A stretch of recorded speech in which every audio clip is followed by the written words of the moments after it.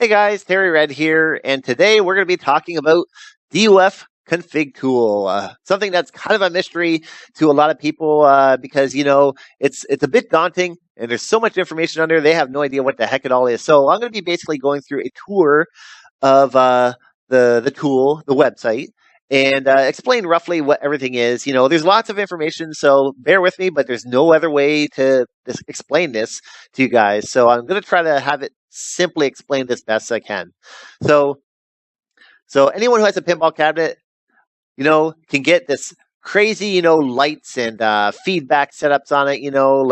Like my cabinet here. You can see I got addressable LEDs all around it. I've got RGB flashers in the back. I've got a beacon. I've got strobes. I've got undercab lighting. I've got a shaker motor inside, a blower fan inside. I've got buttons on the cabs that light up for like start and launch and all sorts of stuff like that, But you can have like chimes and, just all sorts of stuff on there. Well, DOF is a software that basically allows the game to control all of that. So the game will communicate with DOF, and then DOF will then control the lights or the sound or the feedback or everything else, okay? So to do that, we need a way to have a configuration for every single table. So that way, if someone updates a table to a newer version, you don't have to then, create these complex updates for DOF all over again. So that's what the tool is helping with. So you'll go on here and you're going to create an account on the right side, right? And before I say anything else, DOF was created by Swiss Lizard, who, he's responsible for all this working. Amazing talent guy. As far as DOF Config Tool, that was created by Arngrim and Digor. And Arngrim is the one who maintains and updates it. And Arngrim is also the one who's created, for Visual Pinball, most of the configurations that make all the lighting and feedback work for most of the tables. As far as normal DOF, your everything but addressable LEDs, he's the one who's added that. So you got him to thank for, all that working. For Future Pinball, I'm the one who's done most of the DOF through DOF Links. DOF Links is a separate program that you need for Future Pinball because it will communicate to DOF Links. DOF Links will communicate to DOF. All the normal stuff that is not addressable LEDs, your solenoid shaker, your lights and all that, that's all handled directly by DOF Links. So you don't normally go on DOF Config Tool for that. All right? DOF Links will take care of all that stuff. But for addressable LEDs or any other toy that you may have in your cab, you have to do that through DOF Config Tool. So VP, Visual Pinball, completely directly controlled through DOF, and everything has to be done with DOF Config Tool. Pinball FX3 and Future Pinball or Pinball FX2 all work through DOF Links, and anything else for addressable LEDs, they need to work through DOF Config Tool. So I hope that helps. Because you can see, Future Pinball, I've got a config running here. So the addressable LEDs you're seeing here, that's all configured through DOF Config Tool. All these other lights that you're seeing are all controlled through DOF Link. So I wanted to clarify that, and the same thing with Pinball FX2 as well. All the addressable LEDs are all handled and configured through DOF Config Tool, but then DOF Link still controls it. So, all right. So now that we got that out of the way, let's go back to DOF Config Tool. You're going to make an account. You're going to log in. So create an account first. You'll log in. But before you do that, watch these two videos. They kind of demonstrate some stuff that, you can see what you can use in your cabs. But you'll log in. All right. So the first thing you're going to do is you're going to see all this information. The only thing that's relevant would be maybe this poll program and this info here, because normally you would have to get new updates. Any new updates for tables for DOF, you'll have to log on here, generate a new config file, and then download it and copy it to your cab. Well, you can use these two programs, this program, set up the right way to automatically do that when your cab boots up or whatever. I've never done that, so I can't really help you much on that, but that's what that's about. So when you get on here, the first thing you're going to do is you're going to go to My Account. click on there, and then this is where you set up your controllers for, like your LED Wiz or your Teensy or all that. You'll configure all that on here. I only have an LED Wiz and a Teensy, so you can see that. Down here, leave this LED Wiz framework as direct output, not legacy. We don't use that anymore. And for me, I like to have my buttons in the front cab, my launch, my start, not fade. That's what this option's for. I highly recommend you add your email to receive notifications, because this way, anytime there's an update to tables, or if there's a new table, a brand new table that has been updated, you'll get the updates. So I highly recommend that, and then you save it. After you've done that, you'll go into port assignments, and then here under each device, see I have 2 here, you'll set up your ports, your devices on what ports they are used on the left side. The reason why we do that is so that when DOF Config Tool creates the configurations for all the games, it will remap those configurations to work based on how you're set up here. All right, so that, because everybody's cab is different. So that's the whole point of why we do things here. All right, so you'll do that for all your devices. Then on this side over here, you'll save, of course. The generate config, that's when you're all set up and ready to go and you want to get updates for your table configs. You can do that here. You'll click on that. You'll wait a bit, and then eventually it'll ask you to save the zip file, and then you'll save that. And you're going to put that into your direct output config folder. So see, direct output config. So after it downloads, you'll copy the files over. And it can take a while. Like it can take 30 seconds or more sometimes. So be patient. It'll eventually download the file for you. Now, all these sections here, these 2 up here, see, there's our file. All right. So you open a zip file, and there's my configs. And then you're just going to drag those over into your config folder, and you'll overwrite them. Now, as you'll notice, I've got 2 configs. This one's for my LED Wiz, and this one is for my Teensy. You can see up here, they're telling you what the device is saving to for your file. Now, you'll see these other files, the table mappings. Don't worry about that, but copy it over. These 2 here are specifically for your addressable LED shapes, the letters, the characters, the static shapes, and the animated shapes. Because what DOF does is it loads this picture, and it has all these different shapes in here. This is where all those come from for your back matrix. And they're all defined in this XML file. So initially, numbers, letters, characters were not supported on there for whatever reason. I don't know why they weren't added. So I went in and I defined all those and updated that file. And then now ArnGrim includes it in the download, because if you don't, then you won't have those letters or numbers showing. So that's why you have to download those and copy them over. Just make sure you don't have them in your main folder. Make sure you only have them in your config folder, because you don't want an older version that may not show the stuff being used. So that's it for the files.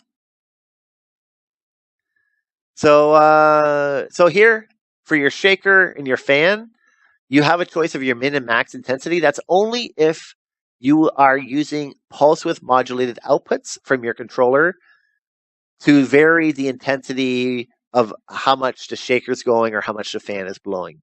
Now, I have a shaker and I have a pulse width modulated output that's being used to control that. So that's why I can adjust that, to whatever you want. If you don't want it to be super crazy for the shaking, then you can turn that down. Now, if you have just an output going to a relay to turn on something like I do with my fan, it's just on or off, then you need to have them both at the max amount, which is 48.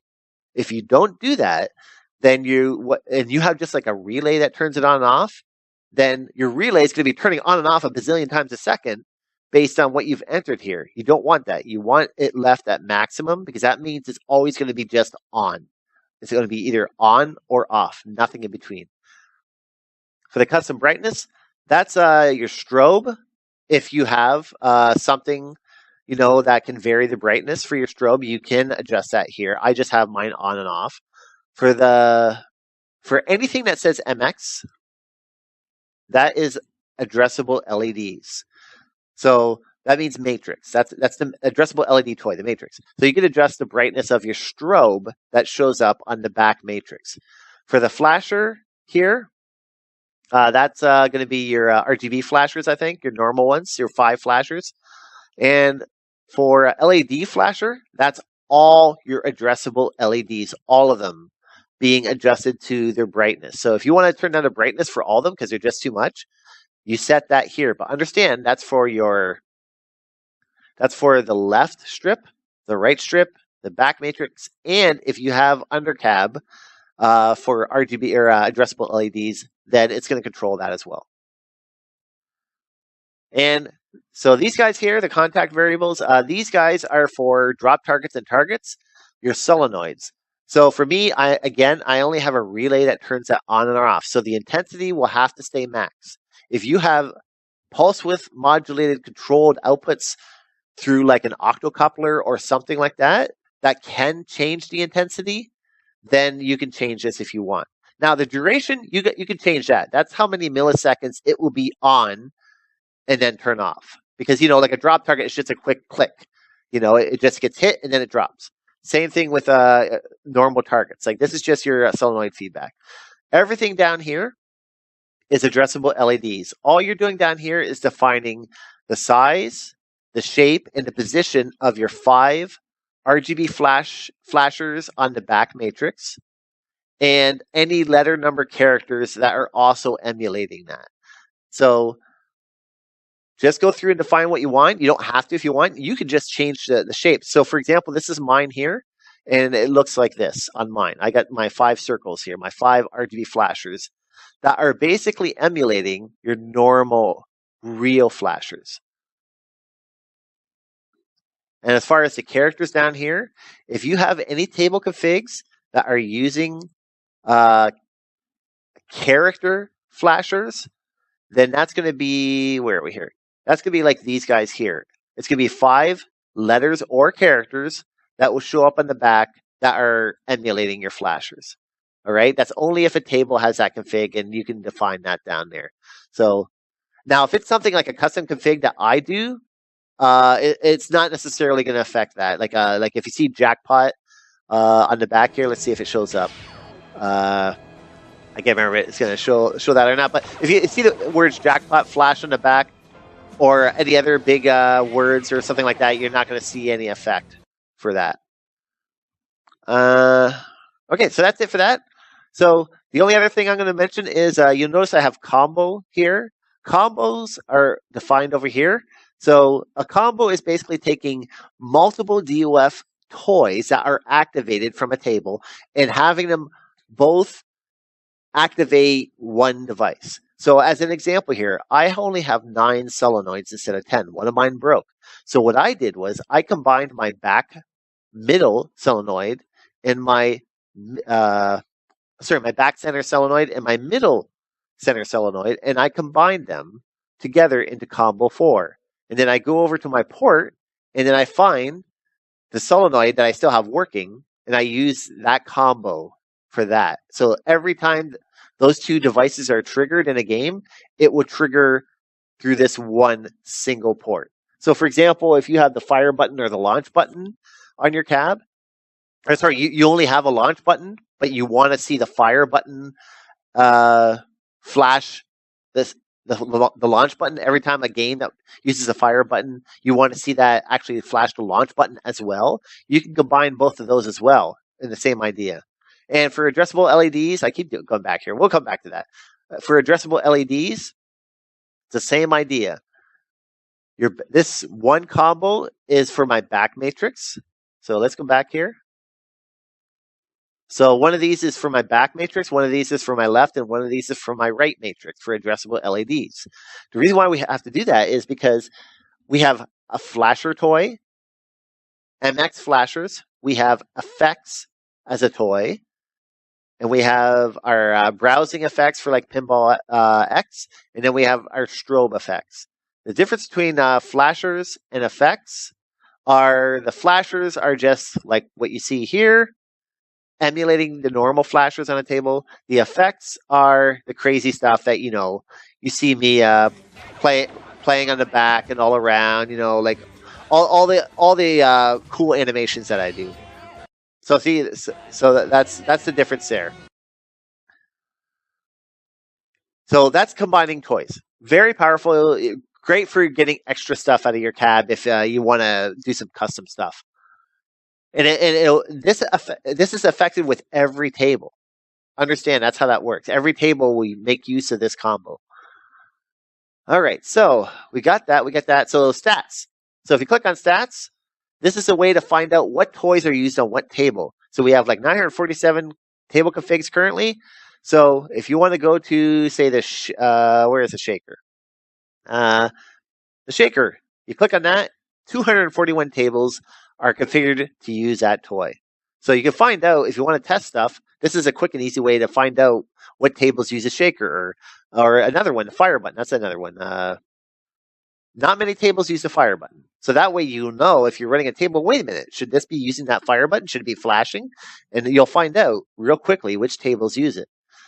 So that's what the stats, very handy. Version history, that just shows the updates that have been done over time for tables. It's not every single one, but the more recent ones. So it's handy for looking at, you can see Arn Grimm, he's done most of the DOF for VPX table. You're going to see his name a lot. For FX3, you're going to see DDH69 because he added the addressable LEDs to those tables, and FX2. For Future Pinball and VPX, you're going to see my name. Well, actually, pretty much equal right now. But yeah, you'll see that, and of course, DOF effects, which I just added, and you can see that described in my other videos. So it's a good idea to get to find the information of what's been added to tables. So that's all that stuff. So now the last part is the table configs. This is the heart and soul that most people look at and they want to run away crying. So you click on this, and this is where all the DOF commands are entered and saved and configured for every action for all your table toys. So if you look here, you can choose your table, right? So let's say I'll go ACDC LE, for example. I've chosen my table. It's going to bring up the table name, just the same as what's here, the ROM name, and all the history that's been done. Now, not every table is going to have a drop-down menu, but in this particular one, you have multiple ROMs that can be used with it. So you have to make sure you choose the right one based on what your table is using. So if you have a table that's supposed to work with DOF and it's not, go on here, look up the table and see if maybe you have to change it. All right. On the left side is the public configuration. This is the configs for all the DOF effects that you will download. When you generate a file, which you can do down here as well, I'll point out, it's getting the information from all this side on every single table and putting it together into one file for you guys to use. And what's that file look like? Because you can see this is a lot of mumbo jumbo, right? Like you're like, what the heck is all this stuff? I don't know what any of that means. You think that's bad? Look what that file looks like when it creates it. Okay, this is what DOF Config Tool is creating. Look at that. Oh, isn't that beautiful? Do you understand any of that? Hell no. Oh, hell no. So that's why this tool is created, so that you guys, if you want, or if someone who knows what they're doing, can add DOF or update DOF to a table all on here. Now, on the left side, you can't change. Like, you can't change anything in here. The right side, however, is for your own custom configuration. So if you want to make changes to the table, you can. You absolutely can. You could go on here, change anything you want for any toy you want, or add anything you want. And then when you're done, you'll save. And then when you generate configs from that point on, you'll have all your changes working on your table. Keep in mind, though, once you make any changes, you can see here, mine is not exactly the same as what's over here. So that's why it's highlighted in blue. So if I say erase a couple things that I don't want, okay, let's try this. Okay, I don't even use those, so I don't care. And I'm going to save it. Now it's highlighting the differences between the public configuration that everyone gets versus my own custom configuration, which is fine. That's the whole point of having this. But understand, if you make any changes to this config whatsoever on your own custom side, from this point on, any changes that are made or updated to the public configuration will not get applied to your configuration. So as an example, let's say there's a table that doesn't have addressable LEDs updated with like the cool effects that I like to do. If you went in and made changes just like I showed you right now, and then I went and I updated this AC/DC table to completely change the addressable LEDs for whatever reason, even though I've already done that. When you go to generate a config, you're not going to get any of the public changes that have been made. You're only going to have your own custom configuration. So any single change you make here is going to stop you from getting any public updates for that table. So understand that. It's very important that you guys understand that. And if you're like, oh, well, crap, I made changes, so does that mean I'm screwed? No, you're not screwed. If you want to now get the newest updates, what you're going to have to do is you're going to have to go over and you have to click revert to default. What that means is it's going to then take your user custom config and make it exactly the same as the public one. So if I click on this and I hit OK, now I'm back to being exactly the same. All right, so that's what that button's for. So if you make changes, don't worry, don't freak out. You can click on revert to default and you're good again. Now submit for public consideration. This is not to be used by anybody except for those of us who actually do full DOF on tables. It's not like if you want to just do a couple personal customized options, you can save them, but do not click on submit for public consideration. Like if I erased, I don't know, let's say I was like, oh, I don't have that crap in. Oh, I don't like this crap here, whatever. And I save it, right? All right, so let's say I saved it. If I click on this, and the idea is that I'm submitting this to the moderators, the guys who maintain DOF Config Tool, which is Arngrim, Arundar, and maybe some other guys. I'm not sure who else does. You're submitting this update so that they can then possibly add it and make it a permanent change to the public configuration that everyone will use. So do not click on this unless you're someone who knows what they're doing and you're properly updating a table. I cannot stress that enough. So in other words, if you want to add addressable LEDs, only add them to a table that has not actually been updated for that yet, and then submit that. But for DOF and addressable LEDs, unless you know what you're doing, do not click that button. For the love of God, do not. Okay, so that's only for people who are updating tables for everyone to use, not for your own personal use. All right, so now that we've gone through that, I'll revert mine back again. All right, this one here, save and create basic matrix config. So to explain what that means is, before addressable LEDs came out, all the normal DOF, like your normal toys, like your lights, your feedback, and all that, most of those were already configured and done for all tables. But then addressable LEDs came out. And then R&R and some of the other guys had great ideas like, well, can't we just have these flashers created to emulate what we see on normal flashers? That way every table can, right off the bat, have some basic addressable LED effects for normal RGB flashers. So that's what they did. So at one point, Arngrim applied this tool to create a basic 5-flasher and strobe config for every table. So if you go into the MX toys, all these guys here, okay, like a whole bunch of them here, you're going to see that there's Flashers MX and then there's Effects MX. Flashers MX are only what I described earlier, which is going to be these guys here. So in terms of your back matrix toy, that's what's going to show up here. So that button, what that's going to do is if you click on that, it's going to take everything under your normal 5 flashers, everything that's in here, and it's going to make them work for your back MX matrix. Where are you here?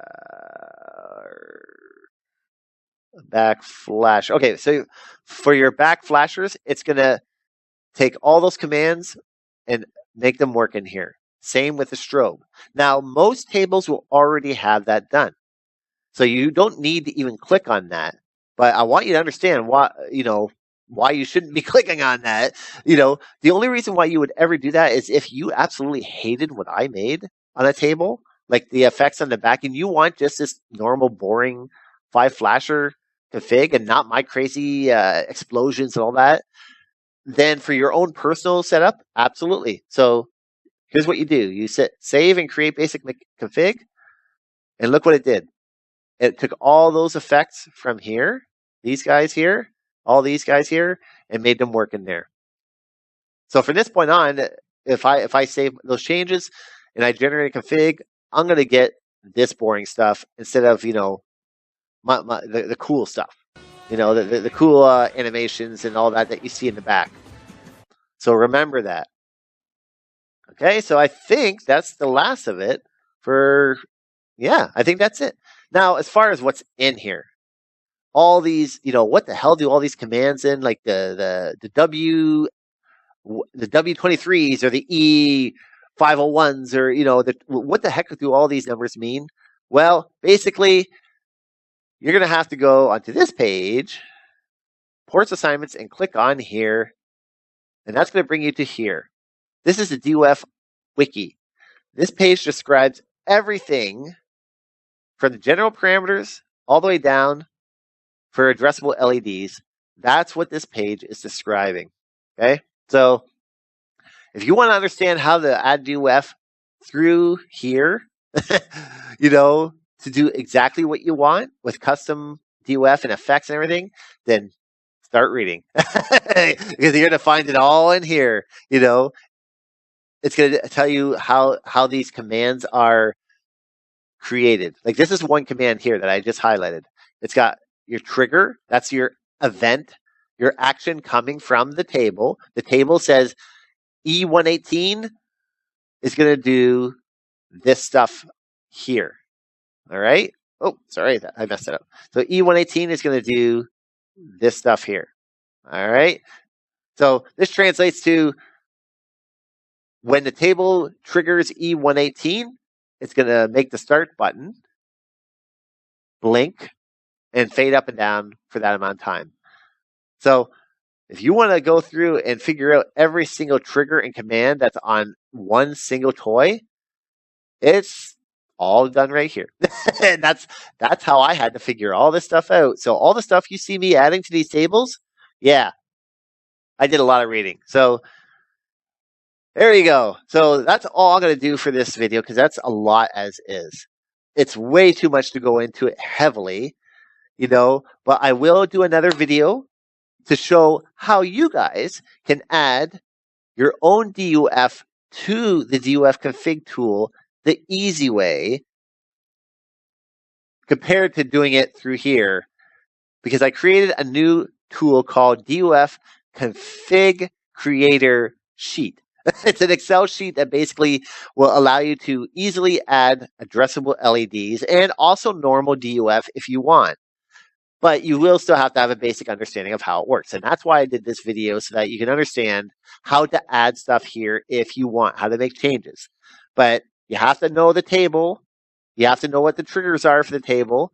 And you have to know what they're going to do based on table actions and events. So, if you guys want to go in here and make some changes, then you can get for original tables, that would be anything with Future Pinball or anything with Visual Pinball. Original tables will use E triggers. See how this is E? That means though it's an EM table or an original table through Visual Pinball. So this particular table is an EM, right? So if we go to Stranger Things, let's see if I can find here SD. All right, Stranger Things, Stranger Edition. Where are you? I know you're in here. There we are. So this is another original table that I did the DOF for. it's all E triggers. Okay, so EM and original tables use E triggers. If it's an arcade recreation, dear God, then you're going to have all sorts of different numbers. You're not going to see E triggers. You're going to see W, S, and L for the most part. S being solenoids, W being switches, and L being lights. All right. So you guys have to figure out what all these triggers are being used for in terms of the table. It could be your flippers, your bumpers, your slings, all that kind of stuff. So for an arcade recreation, you're going to have to look it up either in the service manual for the game, or the service menu in the DMD. You can go in there and then do tests for the table. That's where you're going to find out what this information is for what these numbers are triggering. Okay.